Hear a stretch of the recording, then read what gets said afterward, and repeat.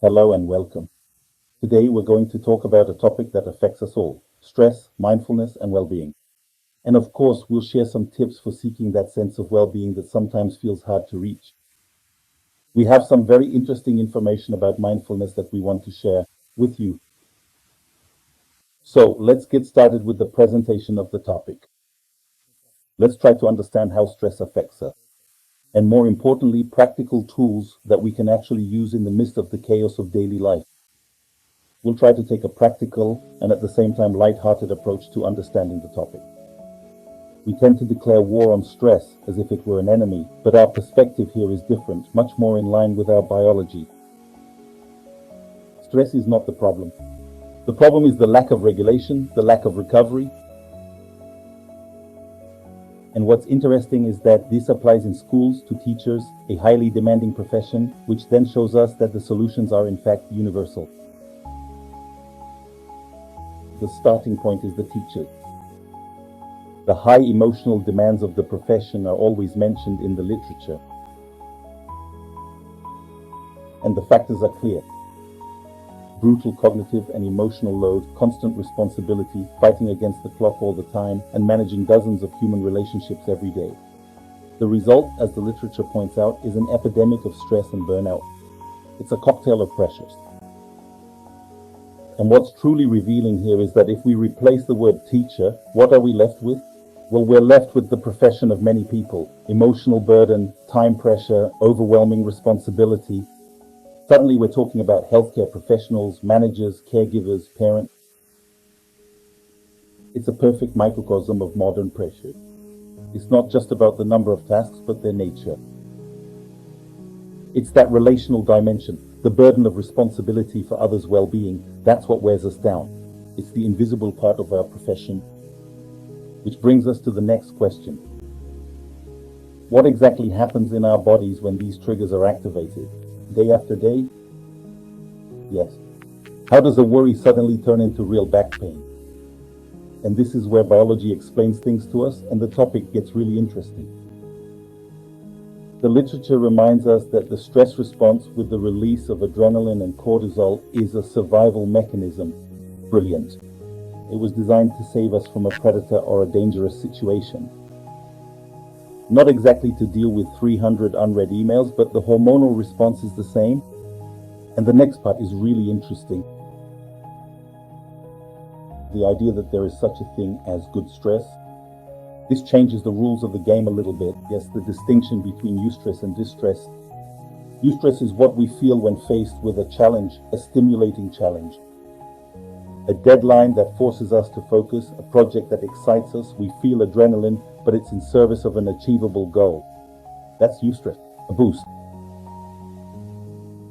And on the other hand, we have the other side. There's distress, which is a form of stress that harms us. It's the kind of stress that drains us, that makes us sick. The triggers are overload, chronic overload, lack of control, a toxic environment, and perhaps the worst of all, lack of recognition. When this happens, our system reacts. Our fight or flight response stays permanently switched on. And when we talk about overload and lack of control, it seems like we're describing the default setup of today's work world for many people. It's almost the norm, and this raises the central question that will run through our entire presentation. How do you balance the individual responsibility to manage stress with the responsibility of organizations not to create stress in environments that generate it in a systematic way? The literature focuses a lot on individual tools, doesn't it? It seems so to us, but these triggers are for the most part contextual, organizational. But before we return to this point, let's make this a bit more concrete. What happens to our body when this fight or flight switch is always on? The effects pointed out in the literature are frighteningly familiar. A racing heart, shortness of breath, that tension in your shoulders, that tension that seems like it will never go away, and more. Difficulty concentrating, which in itself is already an irony. Stress, in its acute form, stimulates us, it forces us to hyperfocus. But in its chronic version, it disrupts our attention. And in the long run, the most serious effect is the weakening of the immune system. Our body is so busy, so preoccupied with fighting imaginary threats that it forgets and lets its guard down against viruses, bacteria, or other dangers. And we enter a vicious cycle. Stress affects performance, which leads to more accumulated work and, in turn, more stress. The scenario is frightening. If our body is reacting this way, where do we start to intervene? The first line of defense lies at our foundation in our own lifestyle. There are habits that may seem simple, but that work as a kind of daily antidote, and the accumulated impact is immense. We can start our improvement with our diet, with what we eat, right? Yes, a balanced diet to avoid spikes in sugar, caffeine, and other things that are already a stress on our body by themselves. And then routine, rest. Our body loves predictability. It has its own rhythm. Having more or less regular times to sleep and wake up helps regulate the cortisol cycle. It makes it peak in the morning to give us energy and drop a bit at night to allow us to rest. And then there are things we often see as a luxury and not really as a necessity. I'm talking about time for leisure and social relationship. Socializing as a stress reducer. And biology confirms this in a very interesting way. Quality relationships and social interactions stimulate the release of serotonin. And serotonin, among other things, directly counteracts the effects of cortisol. And the most amazing thing is that it's not only released when we receive support, but also when we give it. Helping a colleague with a difficult task can biochemically be one of the most selfish and beneficial things we do to manage our own stress. It completely changes the idea of altruism. It's an antidote that is activated by sharing it. Another widely discussed point, and one that is common knowledge, limiting the use of technology. The ritual of picking up your phone before bed is almost sacred. It feels like we're closing out the day when, in reality, we're opening the door to the anxiety of the next day. The daily battle. It's a battle because we're fighting against very strong neurological mechanisms. But the truth is that the constant flow of information keeps our brain in an unnecessary state of alert, precisely when it should be calming down. And the last point in this section, gratitude and daily self-reflection serve as a bridge. It's the transition from caring for the body to training the mind. Practicing gratitude is, at its core, training the brain to focus on what works, instead of getting stuck thinking about what's wrong. All of this is, let's say, our passive defenses, our foundation of resilience. But what about in an acute moment? Let's go back to that teacher in the middle of a chaotic class, or the manager about to enter a high-stress meeting. Combat tools are those you can use right there in that very moment. That's where active regulation strategies come in. The most immediate and powerful one is conscious breathing. Take a deep breath. When we're stressed, our breathing becomes short and shallow in the chest. By deliberately forcing slower, deeper abdominal breathing, we're sending a biochemical signal directly to the brain, a signal that the danger has already passed. It's like flipping a switch that turns off the fight or flight system and activates the rest system. And the other major tool mentioned is mindfulness, or full attention. It's a word that's everywhere, but it can seem a bit vague or even mystical. And the literature demystifies it very well. In practice, it's the ability to be present in the moment intentionally and without judgment. It's not about emptying the mind, it's about creating our own space. And in that space lies our freedom to choose a more thoughtful response instead of an automatic stress reaction. And for this, to not just stay in theory, there are some very concrete examples. Mindfulness in practice. Taking conscious pauses, eating with full attention, walking while observing the environment. But we have to be honest, because in practice, there's a risk of turning mindfulness into just another task, another source of stress. Another thing on our list of things we should be doing better, that trap of perfection. The antidote to that is self-compassion. The goal isn't to be perfect and control everything. It's to notice without judgment.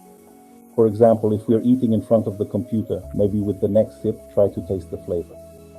It's about intention, not perfection. The 1-minute pause that this week's campaign presents is a good example. You don't need 10 minutes.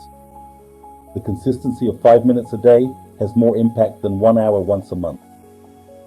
And it actually makes the practice much more accessible. And it's important to emphasize that these tools give us power within our own individual space for action.